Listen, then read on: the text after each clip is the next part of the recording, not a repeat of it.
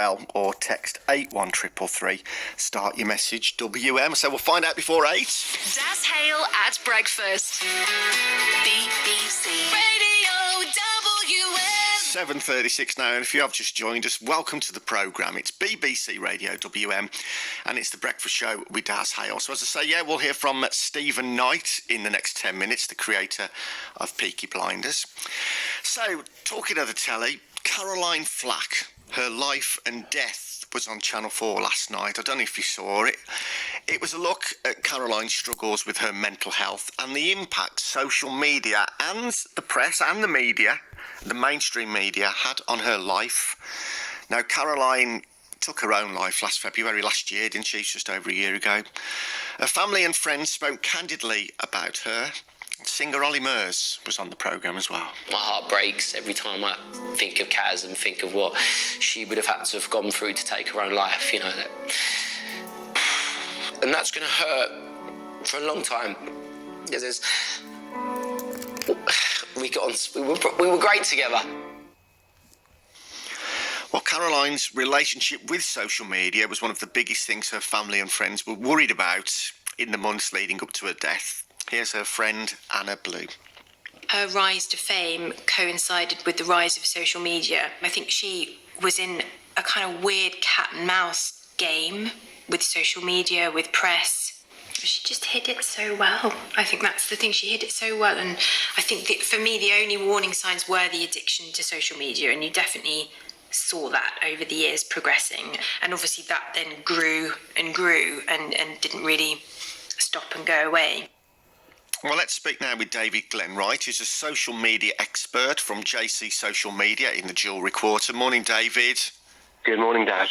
And we've got Dr. Laura Higson-Bliss, who researches social media law and freedom of expression at the University of Birmingham as well. Thanks for coming on, Laura. Morning to you as well. Good morning. Thank you very much for having me. David, Caroline's family and friends were very open about her struggles. They said it wasn't just to do with the fame and the press coverage of her, but her relationship with social media certainly played its role, didn't it, in what happened? It certainly did, and that was very clear from what we saw in the documentary last night. It's the reality of social media is that it's something that can be very difficult to escape. You know, we saw footage of Caroline walking away from groups of journalists, getting in a car.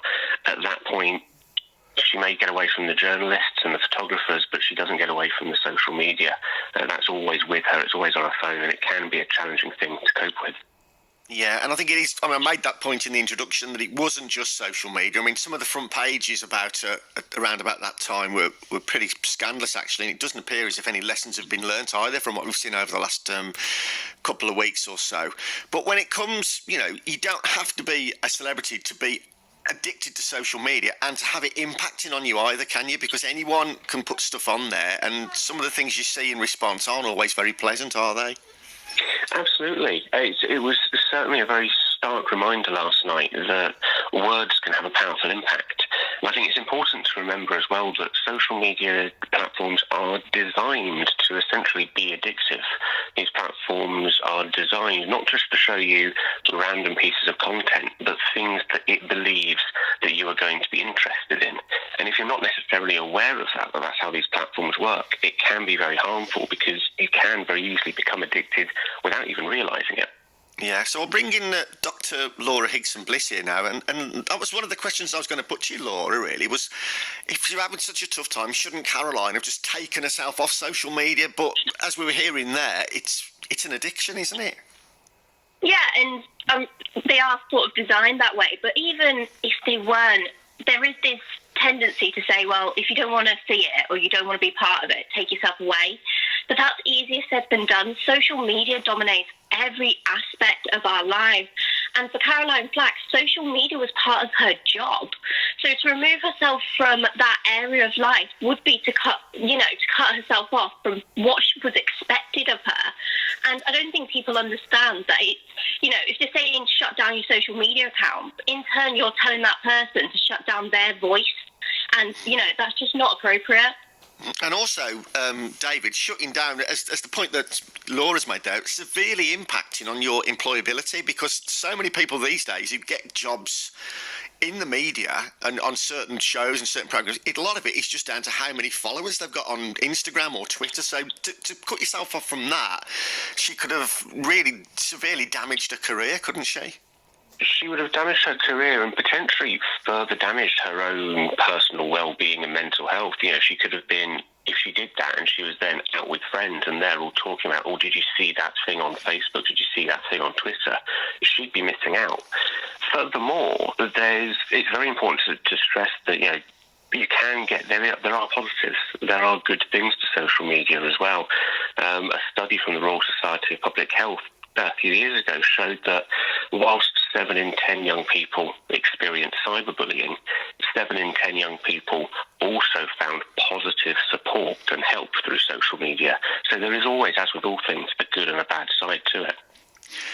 Laura, I mean, from your research, who are the kind of people, is there a typical sort of person who would post these horrible comments to celebrities on social media?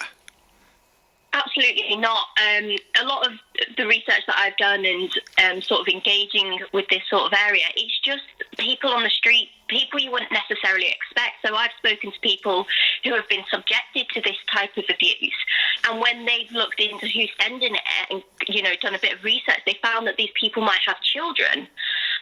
So it is just this case that would not necessarily join in all the dots and thinking that actually when we type something on a computer screen, it does actually have a real impact. And Caroline Flack is a prime example of that.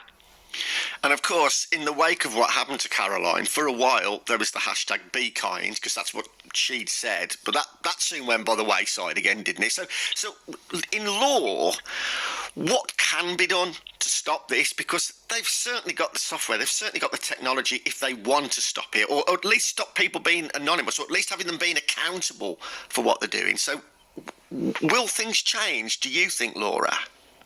Yeah, so obviously after the tragic news of Caroline Flack's death, there was a petition to try and make trolling essentially an illegal offence. But technically, it is illegal already, but the law just isn't strong enough. And it is something that the Law Commission are currently looking at, and they have recommended replacing the 2 acts that are the most commonly used for this type of area at the moment.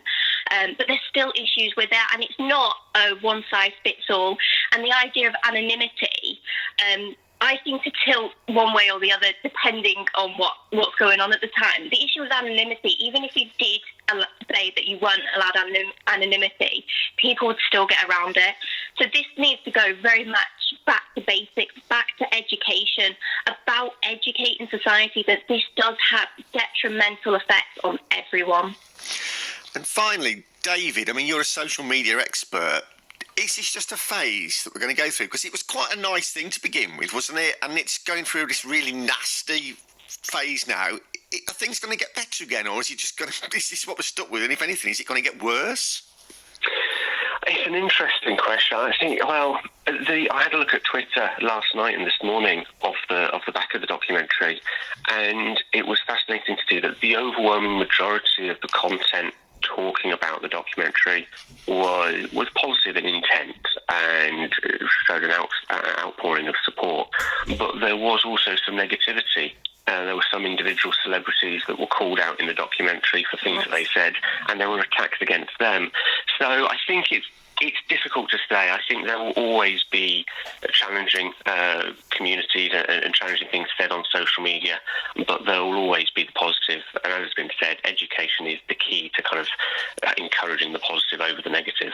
That's David Genwright from JC Social Media in the Jewellery Quarter, and Dr. Laura Higson-Bliss from the University of Birmingham. Thank you for speaking to us this morning. Well worth checking out that documentary. Obviously, you'll be able to watch it on More 4, won't you? And if you've been affected by any of the issues that we've talked about here in the last 5 minutes or so, then you can find out details of organisations offering help and support by going to BBC's Action Line page, and the address is www.bbc.co.uk/Action Line.